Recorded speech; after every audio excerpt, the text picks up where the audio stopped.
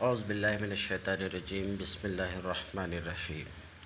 باب العلم انواریہ educational society و جامعہ انواریہ حیدرآباد انڈیا کے زیر اہتمام اللہ تعالیٰ کے فضل و کرم سے نزہۃ النظر فی توضیح نخبۃ الفکر کا درس قسط وار جاری ہے۔ آج کا درس شروع ہوتا ہے اما ان یکون لہ طرق ای اسانید کثیرہ لأن طرقا جمع طریق و فعیل فی الکثرۃ یجمع علی فعول بضمتین وفی القلۃ علی افعلۃ والمراد بالطرق الاسانید والاسناد حکایت طریق المتن والمتن هو غایت ما ینتہی الیہ الاسناد من الکلام۔ آج کا درس سمجھنے کے لیے ایک دو باتیں پہلے آپ ذہن میں رکھیے، کل بولا تھا، دھیان سے سنیے۔ حدیث کے دو حصے ہیں،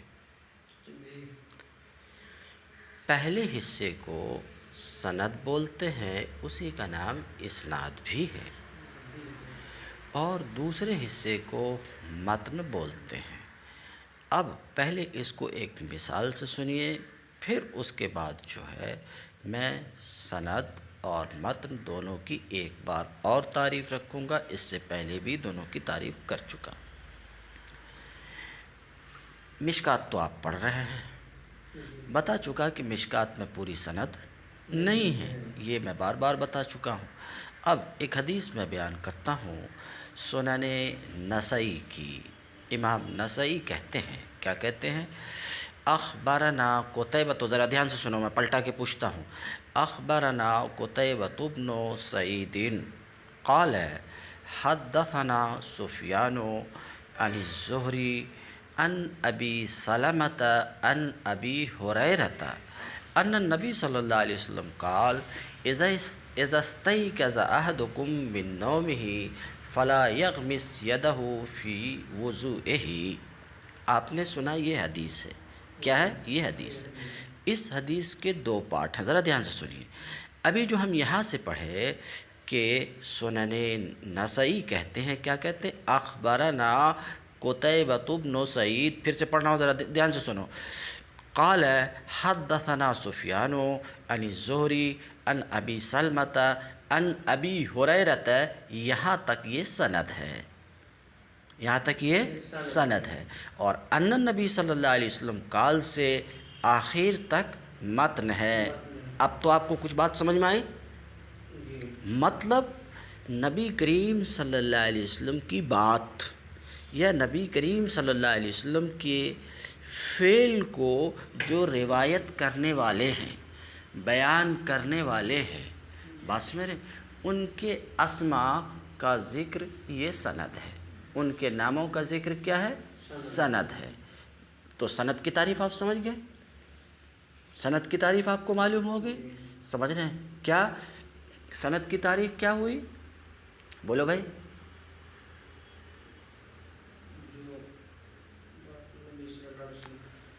میں یہ کہا کہ جو رسول اللہ صلی اللہ علیہ وسلم کا کلام ہے، بات سمجھ رہے ہیں، یا آپ صلی اللہ علیہ وسلم کا فعل ہے، وہ تو متن ہے، بات سمجھ رہے ہیں، اور نبی کریم صلی اللہ علیہ وسلم کے قول اور فعل کو کی روایت کرنے والے جو لوگ ہیں، روایت کرنے والے جو لوگ ہیں، ان لوگوں کے نام کا ذکر کیا ہے؟ بولو بھائی۔ اسناد نہیں، سند، اور اسی کو اسناد بھی کہتے ہیں، اسی کو کیا کہتے ہیں؟ تو اسناد کیا ہے؟ روات، روایت کرنے والے، راوی کی جمع روات، روات کے اسماء کا ذکر، یہ سند ہے، یہی اسناد ہے۔ بات صاف ہو رہی ہے ہماری؟ جو حدیث، جسے مین حدیث ہم سمجھتے ہیں، اس کی روایت کرنے والے جو لوگ ہیں، جیسے کہ ابھی تم دیکھیں کہ کون لوگ تھے یہاں پر روایت کرنے والے، تو میں بتایا کہ روایت کرنے والے قتیبہ ہیں، سفیان ہیں، زہری ہیں، سلمہ ہیں، ابو ہریرہ ہیں۔ تو جو روایت کرنے والے ہیں ان کے اسماء کا ذکر کیا ہے؟ بولو، یہ سند ہے۔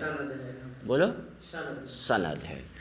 اب متن سند جہاں ختم ہو جاتی ہے وہ متن ہے، یعنی وہ کلام، دوسرے لفظ میں کہو وہ قول یا فعل جسے بیان کیا گیا ہے وہ کیا ہے؟ متن ہے۔ تو آپ کو سند اور متن سمجھ میں آئی؟ آگے سند اور متن میں کہ بات کلام میں واضح طور پہ کلام کو جو بیان کرنے والے لوگ ہیں، کلام کی جو روایت کرنے والے حضرات ہیں، ان حضرات کے ناموں کے ذکر کو سند کہتے ہیں، اور وہ بات جو نقل کی گئی ہے، وہ بات جو نقل کی گئی ہے وہ کیا ہے؟ متن ہے۔ تو اب آپ سند اور متن دونوں سمجھ گئے؟ سمجھ گئے تو ایک سوال میرا یہ کہ ایک بات نبی کریم صلی اللہ علیہ وسلم کی، اسی کو میں لے رہا ہوں، نبی کریم صلی اللہ علیہ وسلم کی ایک بات، نبی کریم صلی اللہ علیہ وسلم کا ایک کلام جو ہم تک پہنچا، جیسے ابھی آپ پڑھے من قال لا الہ الا اللہ دخل الجنہ، یہ نبی کریم صلی اللہ علیہ وسلم کا کلام ہے۔ یہ کلام جو نبی کریم صلی اللہ علیہ وسلم کا ہم تک پہنچا، مجھے سوچ کے بولیے ہم تک کیسے پہنچ گیا؟ ظاہر سی بات ہے ہمارا اور نبی کریم صلی اللہ علیہ وسلم کا زمانہ ایک تو نہیں ہے، ہم تو ڈائریکٹ نہیں سنے ہیں، بولو بھائی، ہم تو ڈائریکٹ نہیں سنے ہیں، سمجھ رہے ہیں؟ تو ہم تک کیسے پہنچا؟ اس بات کی جو لوگ روایت کرنے والے ہیں ان کے ذریعے سے، بات سمجھ رہے ہیں؟ مثال کے طور پہ امام بخاری نے 5 یا 6 واسطے سے اس بات کو بیان کی، دماغ آپ کو قبول کر رہا ہے؟ 5 یا 6 روات کے واسطے سے بیان کیے۔ پھر اب امام بخاری کی کتاب میں یہ حدیث مشہور ہے اور پوری دنیا کو پتہ ہے کہ یہ کتاب امام بخاری کی ہی ہے، اور یقینی طور پر ہم جانتے ہیں کیونکہ اس بات کے بیان کرنے والے لوگ بہت زیادہ ہیں کہ یہ انہی کی کتاب ہے، بات سمجھ رہے ہیں؟ تو پھر ان کے واسطے سے، سمجھ رہے ہیں، ان تک 4-5 ذرائع سے یہ بات پہنچی، اور پھر ان کے واسطے سے ہم تک یہ بات پہنچی، تو ہم نے جانا کہ یہ نبی کریم صلی اللہ علیہ وسلم کا ارشاد مبارک ہے۔ بات آپ سمجھ رہے ہیں؟ اب ٹھہرو، اب مجھے ایک سوال کا جواب دو۔ نبی کریم صلی اللہ علیہ وسلم کا کوئی قول یا فعل جو ہم تک پہنچا، ذرا دھیان سے سنو، یہ موسٹ امپورٹنٹ بات ہے، سمجھ رہے؟ تو نبی کریم صلی اللہ علیہ وسلم کا کوئی کلام یا کوئی فعل یا کوئی حال جو ہم تک پہنچا، تو اس بات کو تو آپ سمجھ ہی چکے کہ روات کے واسطے سے پہنچا، روات کے ذریعے سے پہنچا۔ اب یہ جو روایت کرنے والے ہیں کسی کلام کے، تو ایسا ذرا دھیان سے سنو، یہ اسی پر پورا سبق ٹکا ہوا، یہ جو روایت کرنے والے ہیں تو ایسا ہو سکتا ہے کہ ہر طبقے میں 1 ہو، ایسا ہو سکتا ہے کہ ہر طبقے میں 2 ہو، ایسا ہو سکتا ہے کہ ہر طبقے میں 3 ہو، یہ جو میں بول رہا ہوں کہ ہر طبقے میں 1 ہو، یعنی ایک حدیث کا ایک سلسلہ، ایک سند ہے، ایک حدیث کا کہ ایک سند ہے، ایک سلسلہ ہے، بات سمجھ رہے ہیں؟ تو ہر طبقے میں، اس سلسلے کے ہر طبقے میں ایک، سمجھ رہے ہیں، کسی بھی طبقے میں صرف 1 راوی ہو، اسی طریقے سے کسی بھی طبقے میں صرف 2 راوی ہو، کسی بھی طبقے میں صرف 3 راوی ہو۔ اس طرح بولا تو تم کو سمجھنے میں دقت ہو رہی، اس لیے پہلے والا طریقہ تمہارے سامنے زیادہ واضح تھا کہ وہ بات جو ہم تک پہنچی، تو اب اس بات کی روایت کرنے والے کسی بھی طبقے میں، ہر طبقے میں کتنے ہوں؟ یا تو 1 ہوں، یا 2 ہوں، یا 3 ہوں، یا 3 سے زیادہ ہوں۔ اب ایک بات سمجھو، ایک کلام نبی کریم صلی اللہ علیہ وسلم سے منقول ہے، روایت کیا گیا، ایک بات روایت کی گئی، بات سمجھ رہے ہیں؟ ایک بات جو نبی کریم صلی اللہ علیہ وسلم سے مروی ہے، تو روایت ڈائریکٹ کون کریں گے؟ صحابہ میں ایک ہی صحابی روایت کر رہے ہیں، پھر اس کے نیچے مان لو تھوڑی دیر کے لیے تابعی ہے، سمجھ رہے ہیں؟ اس بات کی روایت کرنے والا صرف ایک تابعی ہے، اس کے نیچے تبع تابعی، سمجھانے کے لیے میں بول رہا ہوں، اس کے نیچے تبع تابعی، وہ بات، وہ مخصوص بات، اس میں بھی صرف ایک ہی ہے، اس کے نیچے کوئی ائمہ کتب میں سے امام بخاری، امام مسلم میں سے کوئی ہیں، وہ روایت کر رہے ہیں۔ تو اب اس بات کی ایک سند ہے، اس بات کی کیا ہے؟ ایک سند ہے۔ مثال کے طور پر اس میں آپ دیکھ رہے ہیں کہ ایک شخص سے روایت کر رہا، صحابی نبی کریم صلی اللہ علیہ وسلم سے، اور صحابی اکیلا ہے، اس کے بعد ایک تابعی وہ بھی اکیلے، ایک تبع تابعی وہ بھی اکیلے، اس کے نیچے کوئی ہیں وہ بھی اکیلے، اور ان سے بیان کر رہے ہیں امام بخاری، وہ بھی اکیلے ہی۔ تو ایک صورت تو یہ ہوتی ہے کیا کہ جو بات ہم تک نبی کریم صلی اللہ علیہ وسلم کی پہنچ رہی ہے، جو روایت کی جا رہی ہے، بات سمجھ رہے ہیں، اس کی یا تو صرف ایک ہی سند ہو، ایک صورت یہ، ایک دوسری صورت یہ کہ نہیں، اس کی ایک سے زائد دو سندیں ہیں۔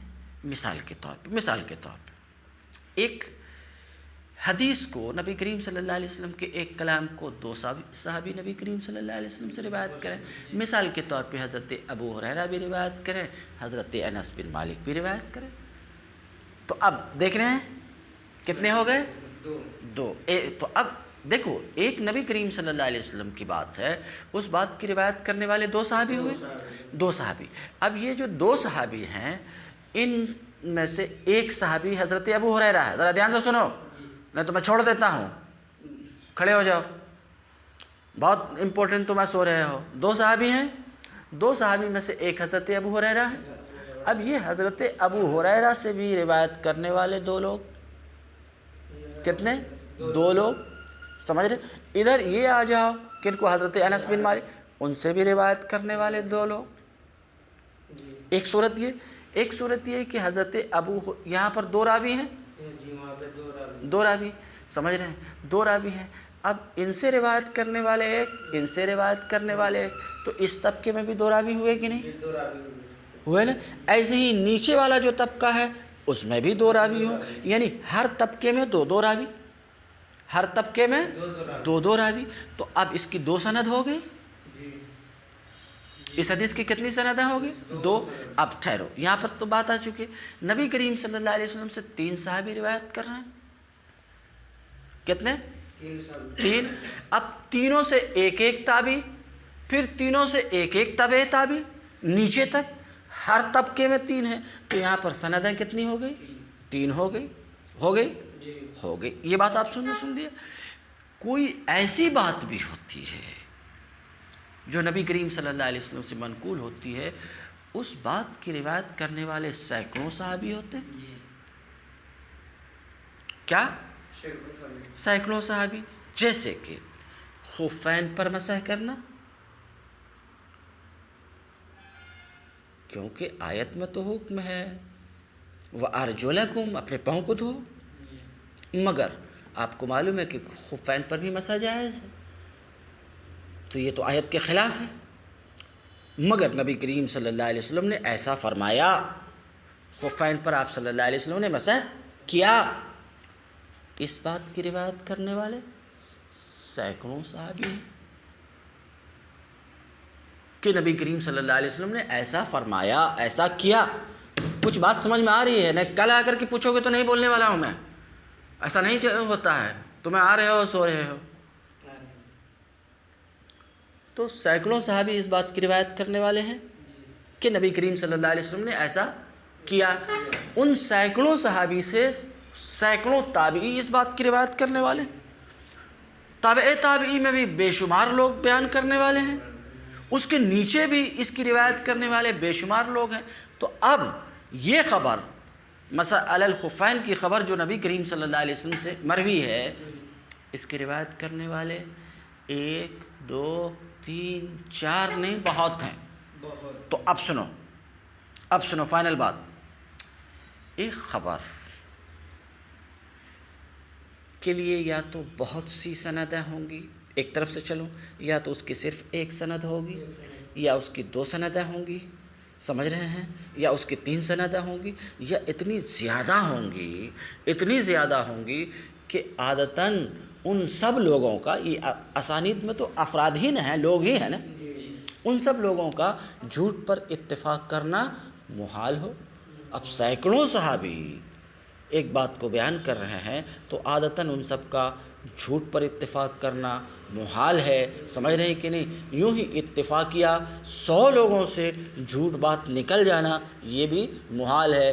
ایسے ہی ان صحابی سے تابعی کثیر تعداد میں روایت کر رہے ہیں تو عادتاً محال ہے کہ یہ سب سے جھوٹ اتفاقی طور پہ جھوٹ بات نکل آئی ہو یا جان بوجھ کر کے جھوٹ بیان کر رہے ہوں، عادتاً یہ محال ہے کہ نہیں؟ سمجھ رہے؟ تو آپ سماعت فرمائیے، اگر یہ آخری بات ہے ابھی جو میں بیان کیا کہ اسانید کثیر ہیں، اسانید تو سب اسناد کی جمع اسانید کثیر ہے، کثیر کا مطلب اتنی زیادہ ہیں، ابھی میں تعریف کروں گا پھر، اتنی زیادہ ہیں کہ عادتاً ان سب لوگوں کا جھوٹ پر اتفاق کرنا یا اتفاقیہ طور پر ان سے جھوٹ کا صادر ہونا محال ہو۔ اتنی زیادہ اگر اسانید ہیں تو یہ خبر، تعریف تو ابھی میں بعد میں بتاؤں گا، ابھی موٹے لفظ میں بتا رہا ہوں، تو یہ خبر متواتر ہے۔ یہ خبر کیا ہے؟ خبر متواتر ہے۔ اور اگر کون سی خبر متواتر ہے؟ ابھی تعریف میں بتاؤں گا کہ روایت ایک خبر کی طرق کثیرہ ہیں، اسانید کثیرہ ہیں، اتنی زیادہ سندیں ہیں، سمجھ رہے ہیں کہ ان سب کا جھوٹ پر اتفاق محال ہو۔ شارٹ میں بتا رہا ہوں، تفصیلی بات تو ابھی آگے بتاؤں گا خبر متواتر کی تعریف۔ تو اس خبر کو کیا بولیں گے؟ خبر متواتر۔ ایک خبر ایسی ہے کہ ہر طبقے میں اس کی 3 سندیں ہیں، ہر طبقے میں اس کے 3 سندیں ہیں، یعنی کسی بھی طبقے میں 3 سے کم نہیں ہے۔ زیادہ ہو تو کوئی ٹینشن کی بات نہیں ہے، مگر اتنی بھی زیادہ نہ ہو کہ تواتر تک پہنچ جائے۔ اگر اتنی زیادہ ہو گئی تب تو متواتر ہے۔ تو کیا بول رہا ہوں؟ کسی بھی طبقے میں 3 سے کم سند نہیں ہے، کسی بھی طبقے میں 3 سے کم راوی نہیں ہے، تو ایسی خبر کو خبر مشہور بولتے ہیں۔ کیا بولتے ہیں؟ خبر مشہور بولتے ہیں۔ اور ایسی خبر ہے کہ کسی بھی طبقے میں 2 سے کم راوی نہیں ہے، کسی بھی طبقے میں 2 سے کم راوی نہیں، مگر کسی بھی ایک طبقے میں کم سے کم 2 ہے، 2 سے زیادہ نہیں ہے، تو ایسی خبر کو خبر عزیز بولتے ہیں۔ کیا بولتے ہیں؟ خبر عزیز بولتے ہیں۔ اور کسی بھی طبقے میں اگر صرف ایک راوی ہے تو ایسی خبر کو کیا بولتے ہیں؟ خبر غریب بولتے ہیں۔ کیا بولتے ہیں؟ غریب مانے اجنبی، جس کے ساتھ کوئی نہیں ہو، کیوں اکیلا ایک راوی کسی طبقے میں، اس کے ساتھ کوئی نہیں ہے، اس لیے اسے کیا کہتے ہیں؟ خبر غریب۔ تو بات سمجھ میں آئی؟ کیا سمجھ میں آئی؟ آپ سمجھ گئے ہوں گے کہ راوی کی کثرت و قلت کے اعتبار سے، راوی کی کثرت و قلت کے اعتبار، اس اعتبار سے کہ ایک حدیث کی روایت کرنے والے بہت ہیں یا کم ہیں، اس حدیث اور خبر کی 4 قسمیں ہوئی، جس کا نام ابھی آپ نے سنا، کیا؟ غریب، عزیز، مشہور، متواتر۔ اتنی سی بات سمجھ میں آئی؟ اتنی سی بات سمجھ؟ اب ان باتوں کو سامنے رکھ کر کے ترجمہ دیکھنا چاہیے، مگر وقت ہو چکا ہے، اس لیے اس پر تھوڑی سی گفتگو کل پھر کروں گا، اسے مطالعہ کر کے آنا ہے آپ کو۔